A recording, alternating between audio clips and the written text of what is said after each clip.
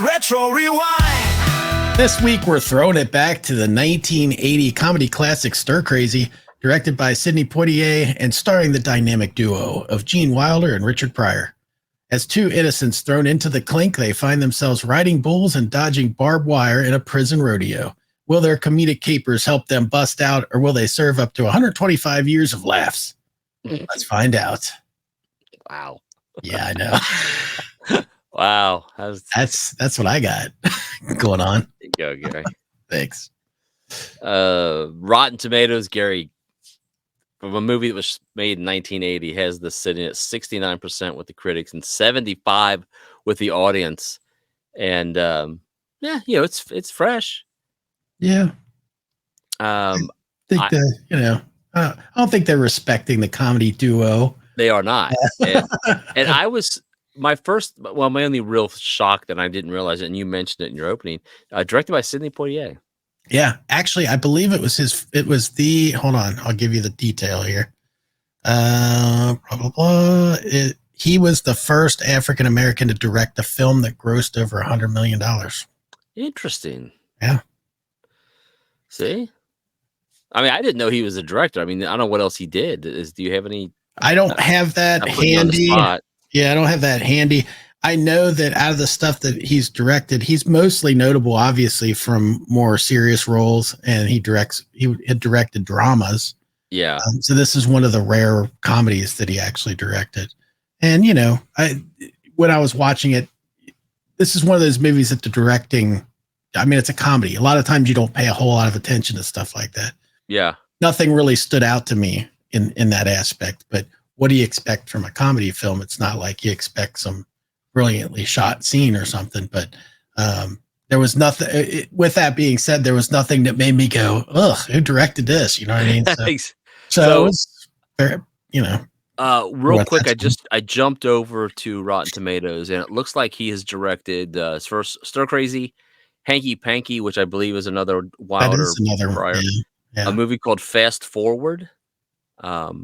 Unfamiliar with that offhand. And then he also directed something called Ghost Dad, which I think was a Bill Cosby. That was Bill Cosby. That's the name that should not be spoken anymore. Pops and the kids like to lick things.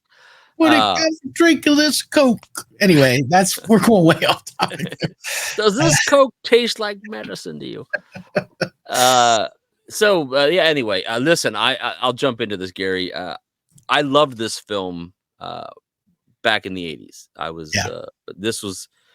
said this before, in my house, there were certain films that if they were on, we watched them. And this was one of those films. Yeah. I could say it came out in 80, 44 years later.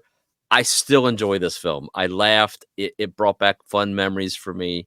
I started remembering scenes when I was watching it. I know sometimes we talk about looking at things with our modern eyes, our older eyes, our wiser eyes.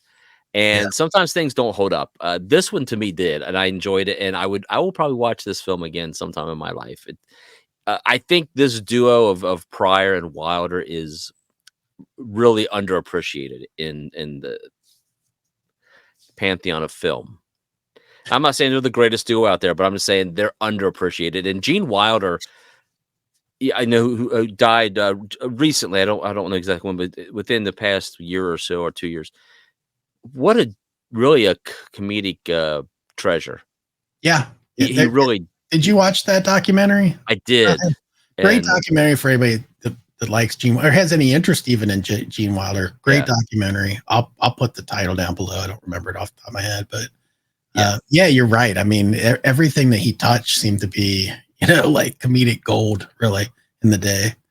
Yeah, and great decision making and stuff that he did in his career with some of the work he did. Absolutely. I mean, to me, I first got to know him from Willy Wonka, and he's always going to be Willy Wonka to me. But then this was great. I'm trying to think of the other films. I think he did like Silver Streak. I think was another film. Silver Streak. There was what was the one where one's blind and one's deaf? And I just watched that again recently, and it's hilarious. It's a hilarious movie. And it's these two, right? Again, right? Yeah. So it's two.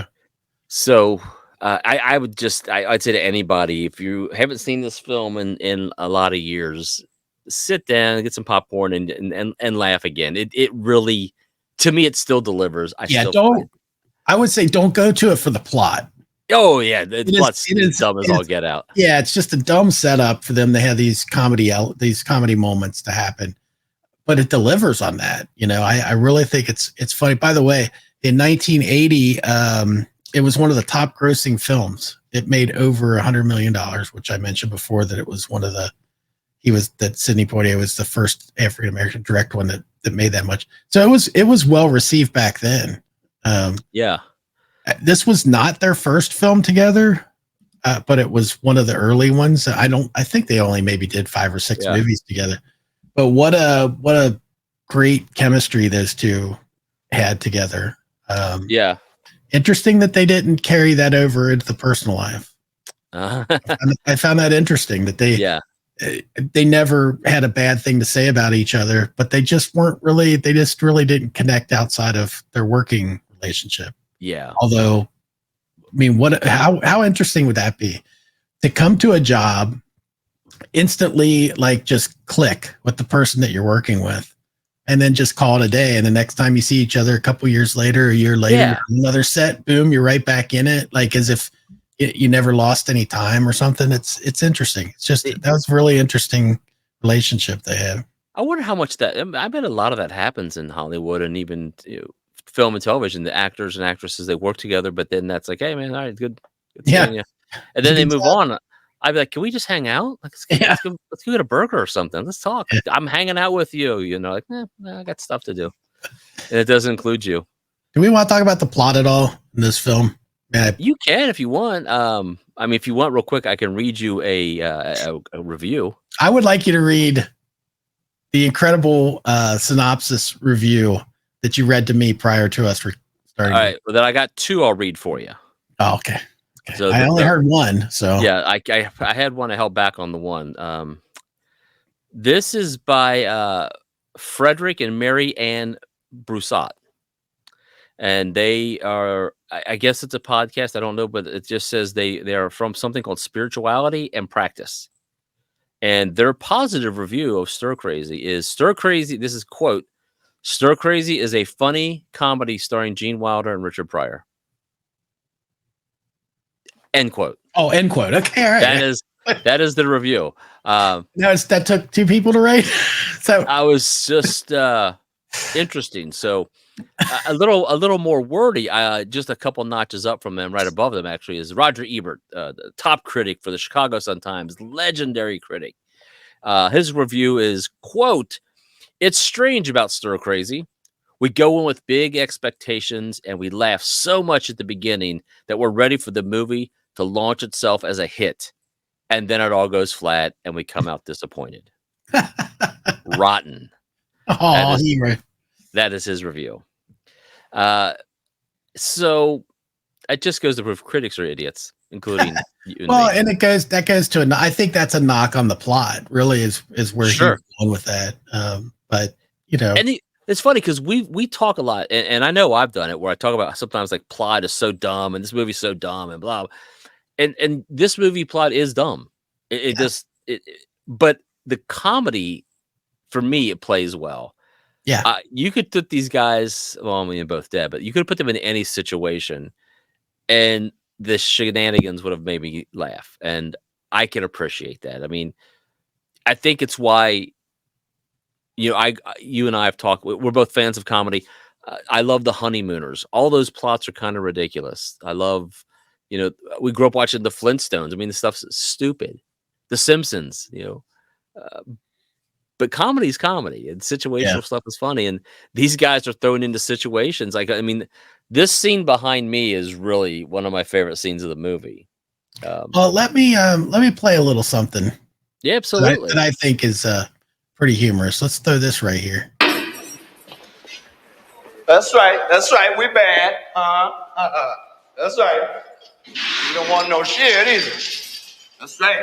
Darn right. We don't want no shit. You understand? We don't take too much shit. Take a little bit. We don't take no bunch of shit. Dude, I love we don't take a lot of shit. We don't. Well, I mean, again, that's situational. And what makes that so good is Wilder could not be any more awkward and white. Right. As Pryor is being as you like, hey man, he's kind of got his jibe going. He's like, hey man, take no shit. And then here comes Wilder, and it's like, hey, we don't take no shit. Well, and he even starts off with darn right, and he's like, come on, say no shit. He's like, yeah. And then as you cut it right there, where he goes into the full on karate scene, that's the whole thing. Because Pryor's like, he doesn't know that's coming. Yeah. There's a lot more to that scene. I could have let that go on for a while, but until the end of the movie. I mean, I had to cut that. One other situational thing in there that I found funny that I was really disappointed because I thought, you know what, that could have gone on just a little bit longer and I would have gotten a kick out of it. So it's relatively short, but here's this.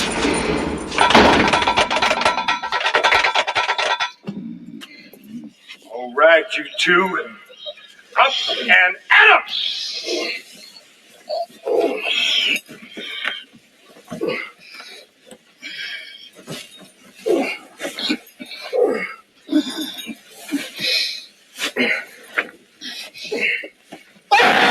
I can't feel nothing in my leg.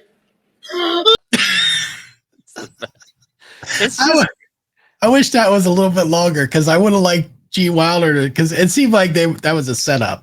Yes, because there's a part where they're basically trying to look crazy while they're in there. It's great stuff. Yeah. Anyway, I mean, we used to quote those lines, my brother and I. Yeah, we bad. I mean, we'd walk. I remember walking in the classroom in high school, and that's right. Mm-hmm. We bet me and Mike Funk of all people. He used to do it all the time because he would be the Richard Pryor part. Mike Funk, the funky chicken, and I would be the Gene Wilder part. We would do it, and I mean, I laughed. I thought I was an idiot, but you guys laughed. Nobody else laughed. Yeah, that sounds like the story of my life. Oh, let's see. Did I have any other extra notes about it? I don't think so. I was curious about the screenwriter. I looked him up because he actually was a playwright as well. So it was interesting that he has literature and plays and screenwriting. Well, think about Wilder's character. Right. Which that's true. Which does lend to that. So yeah, I didn't know. That's interesting. Yeah. And that's I mean, if you haven't seen this movie, you have to go into it knowing the time period for sure. I think there's a little bit of nostalgia to it for me and probably for you too, Andy. Sure. It just automatically lends itself to you're gonna laugh. You should. I think seeing it outside of that time period, never having seen it before and coming into it now, that the plot may bug you a little bit because you're going to be like, this is so implausible. But it's really just a setup for these two to be on screen together. And I just think they were a great duo, comedic duo. And you're right. I mean, I think that if anybody talks about them, there's great reverence for it, but you just don't hear that in conversation very much. But then again, how much do you ever talk about comedy duos in film today? But I think that they'll go down as one of the big ones. So yeah, well, hopefully they should.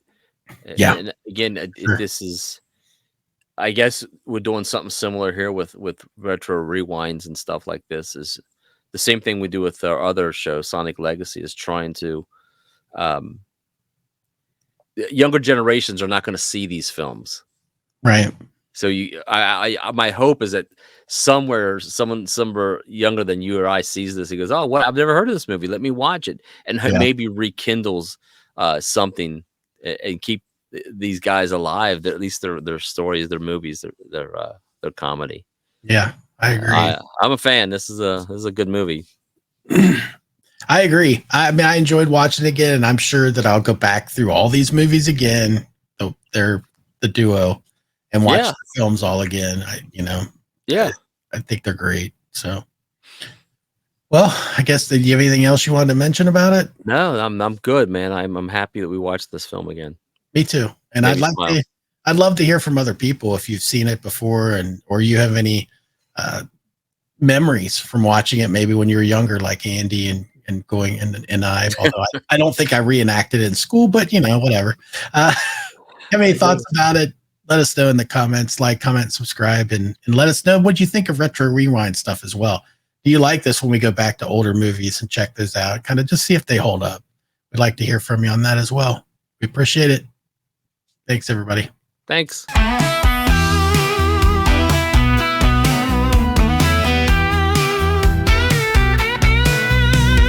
Tommy twins are at it again, hoping to plaster your face with a grin.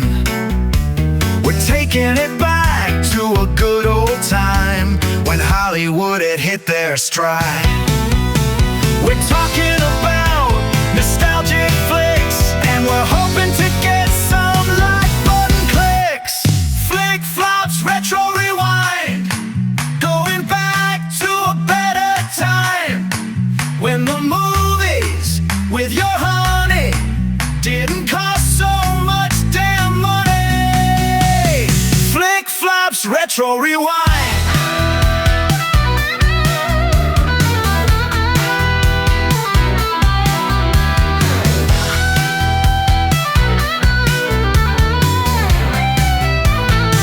How about you like and subscribe? This has been a Touch of Madness production, brought to you by the creative minds at Tommy Twins Media.